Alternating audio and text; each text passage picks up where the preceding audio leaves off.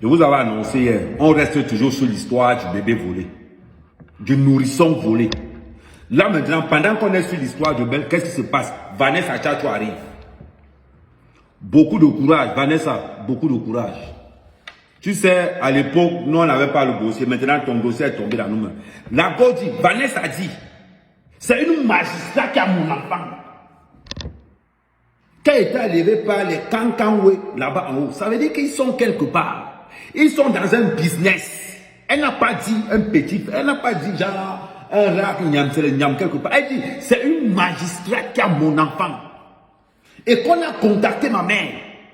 On a dit à ma mère qu'on peut te construire la maison, on peut arranger ta situation, on peut construire ton compte bancaire. Vous prenez les gens pour des malades. Vous pensez que le ministre de la Santé, je répète, vous pensez que le ministre de la Santé s'est déplacé par hasard? Je vous répète cette question. Donc vous pensez que le ministre de la Santé est parti de droit là? Et d'après les dernières informations qu'on a sur le directeur de la Kentini, c'était d'abord lui qui était le directeur de Nilon. Vous savez ce qui s'est passé à Nilon. Et c'est encore lui qui est le directeur de la Kentini. Ce que je déplore chez Belle, c'est le manque d'honneur, le manque de dignité. Le manque d'honneur, le manque de dignité, le manque de sérénité. Parce qu'ils sont engagés dans une histoire que, maman, vous avez pris combien? Je reste là-dessus. Vous avez pris combien? Là, nous allons écouter Valérie. Nous allons écouter Valérie. On va encore dire qu'elle est, on va encore dire qu'elle est. Elle dit, et elle insiste. C'est une magistrat qui a mon enfant. On fait comment? Voilà un pays où les hommes sont forts et les institutions faibles. Où les hommes sont forts et les institutions faibles. Nous allons réécouter l'intervention de Vanessa Tchatchou. Allez ma chérie, courage à toi, je mets la vidéo.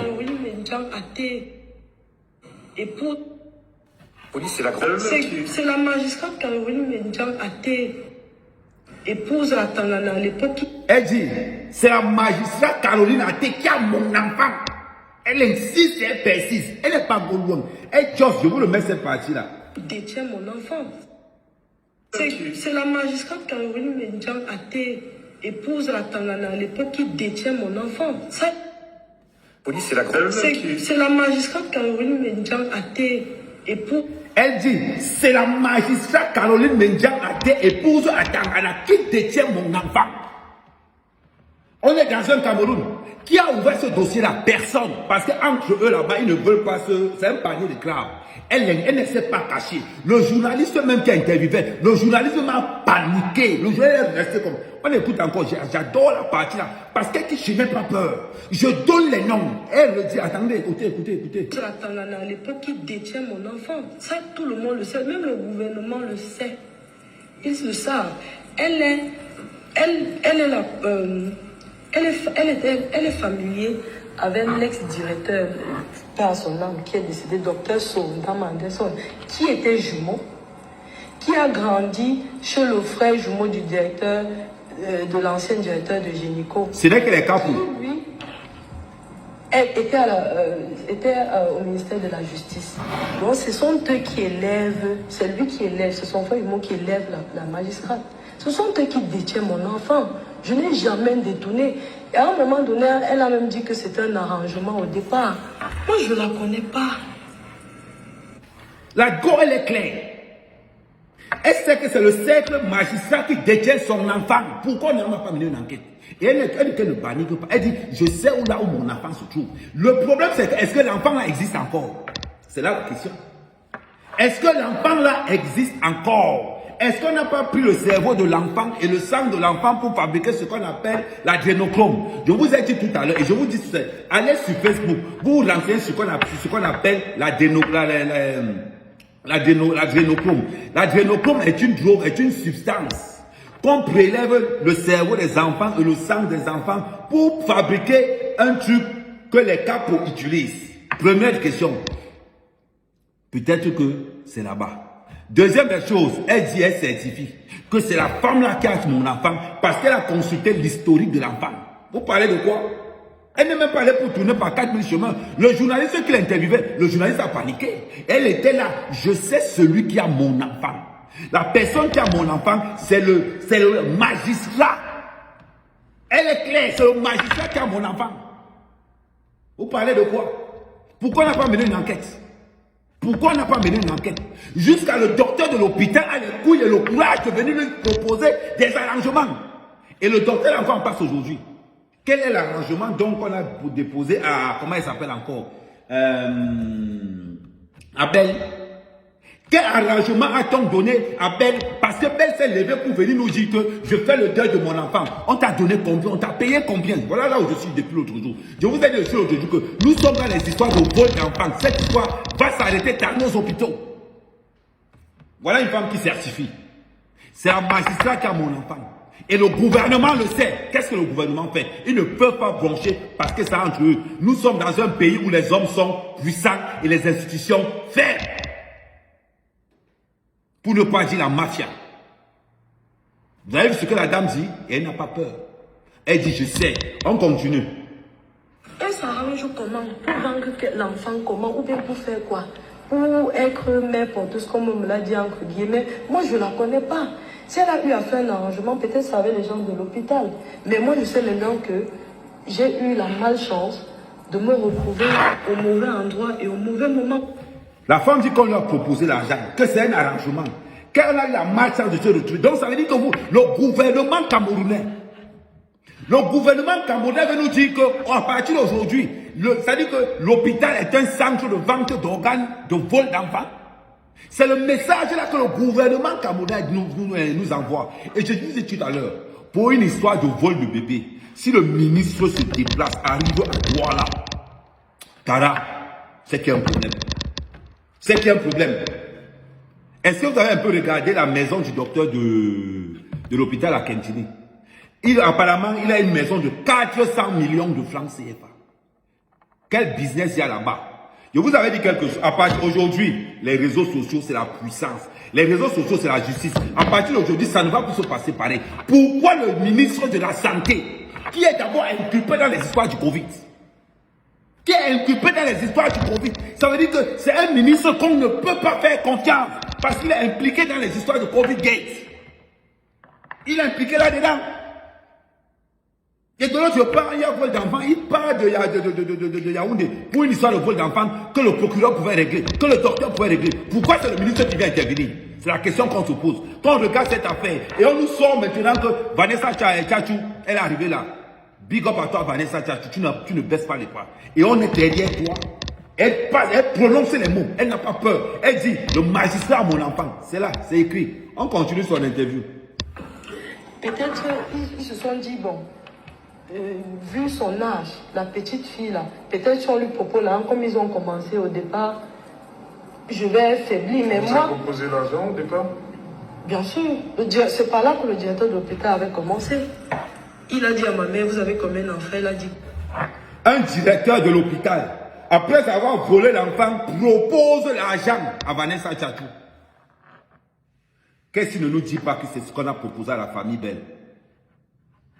Qu'est-ce qui ne nous dit pas que c'est ce qu'on a proposé à la famille Belle? Parce que c'est le directeur de l'hôpital qui a engagé les pourparlers. Pour Djossalanga, on fait comment? On voit que tu as beaucoup de mouna, on voit que tu as mouna en compte Djanga. Est-ce qu'on ne peut pas faire un arrangement pour gonfler le compte bancaire? Voilà ça. J'ai parlé de ça l'autre jour. On a dit qu'Amer Kamer est fou. Amer Kamer ceci. Voilà encore Vanessa Tchatchou qui sort. Hein? C'est encore Amer Kamer qui a envoyé Vanessa Tchatchou. C'est Amer Kamer qui a encore envoyé Vanessa Tchatchou. On est dans quel genre de pays?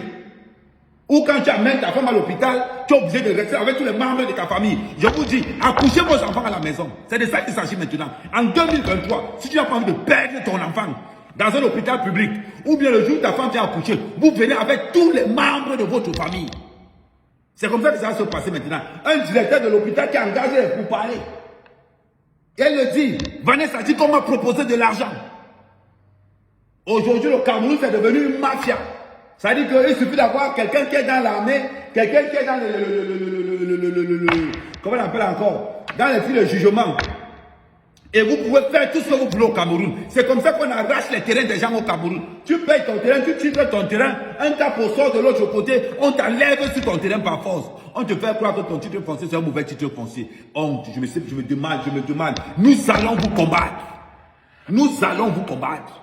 Et n'oubliez pas, on est toujours dans justice pour Martinez. Parce que jusqu'à présent, comme c'est le Cameroun, on ne sait pas encore qui a tué Martinez. On ne sait pas où Martinez a été tué. Tout ce qu'on nous rapporte, c'est complicité, aide à la torture, des conneries à 2 balles. On continue. 4. Et puis elle a dit, moi, Vanessa est mon aînée, elle a 3 petits frères et je suis veuve. Il a profité de là, il dit que non, si c'est comme ça, je vais vous construire une grande maison, je vais assurer l'école des enfants, on va finir votre compte bancaire. C'est le directeur de l'hôpital qui dit ça. Hein. Vanessa nous dit que c'est le directeur de l'hôpital qui dit qu'on va gonfler son compte bancaire. On va gonfler son compte bancaire. Là où Belle n'a pas eu les couilles de dire que je veux mon enfant. Non. Hein, Belle, est-ce que tu as pris le compte bancaire? Est-ce qu'on t'a fait la même proposition qu'on a fait à Vanessa? Mais viens nous dire. Viens nous dire. Ressort maintenant faire une interview pour qu'on peut savoir ce qui s'est passé. Et nous allons savoir ce qui s'est passé, madame. Montre du dessin. On calme seulement Karabe Manouès. Après, vous allez encore parler que, oh, les Bamileke, oh, les Bamileke. Vous allez encore dire qu'Amen, ça tourne autour de Dieu. Tu es une fille Bamileke qui a décidé que son enfant doit sortir. Belle, Bassa, a bandu l'enfant. Salaka. Tiens, une plan. Je suis une game, une plan.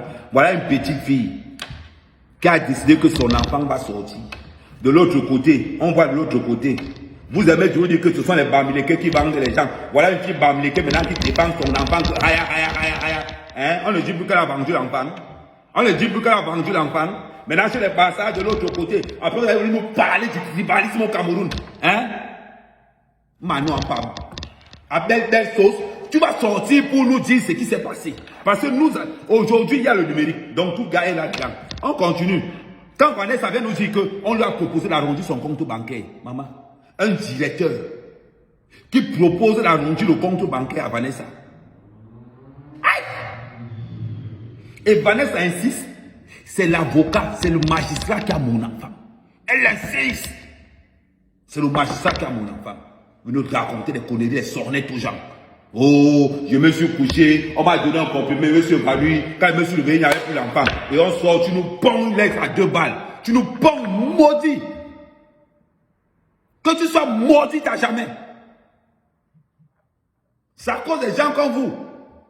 Qu'aujourd'hui, les docteurs font n'importe quoi. Tu arrives à l'hôpital, on te vend un rein, on t'arrache un tibia, on t'arrache un œil, on va vendre n'importe comment. C'est à cause de vous. Minable. Il faut avoir le courage de Vanessa. Il faut avoir le courage de cette fille. On continue. Ça, c'est ce qu'il dit, parce qu'on vole mon enfant le samedi. Ça, c'est ce qu'il nous dit déjà le mercredi. Je dis, mais tiens, ça, c'est quoi? On parle d'argent, d'échange d'êtres humains, et moi, je n'ai jamais accepté. Donc, pour dire que, comment, moi, j'ai pardonné. Et je pardonne parce que je dois vivre. Les Camerounais ont porté leur espoir sur moi et je ne peux pas leur décevoir. Merci, maman. Parce que si je lâche, personne mieux que moi ne portera ce combat. Merci. C'est la magistrate qui a... Tu as prononcé une phrase. Je vais remettre cette phrase-là. Parce que je dois vivre. Attends. Tiens, ça c'est quoi? On parle d'argent, d'échange d'êtres humains, et moi je n'ai jamais accepté. Donc pour dire que, comment, moi j'ai pardonné. Et je pardonne parce que je dois vivre. Les Camerounais ont porté leur espoir sur moi et je ne peux pas leur décevoir. Parce que je dois vivre. Les Camerounais ont porté leur espoir sur moi et je ne peux pas leur décevoir. Les Camerounais ont porté leur espoir sur moi et je ne peux pas leur décevoir. Je pardonne parce que je dois vivre. Les Camerounais ont porté leur espoir sur moi et je ne peux pas leur décevoir. Vanessa dit, les Camerounais ont porté leur espoir sur moi et je ne peux pas les décevoir. Les Camerounais ont porté leur espoir sur moi, je ne peux pas les décevoir. Belle, que ça entre dans le reste de votre famille. De votre famille de mendiants. Voilà Vanessa qui dit. Voilà la fille Bamileke qui dit, les Camerounais ont posé leur espoir sur moi, je ne peux pas les décevoir. Vanessa, Belle, tu as dit sur tous ceux qui ont posé des espoirs sur vous. Vous avez blessé les Camerounais. Vous avez trahi le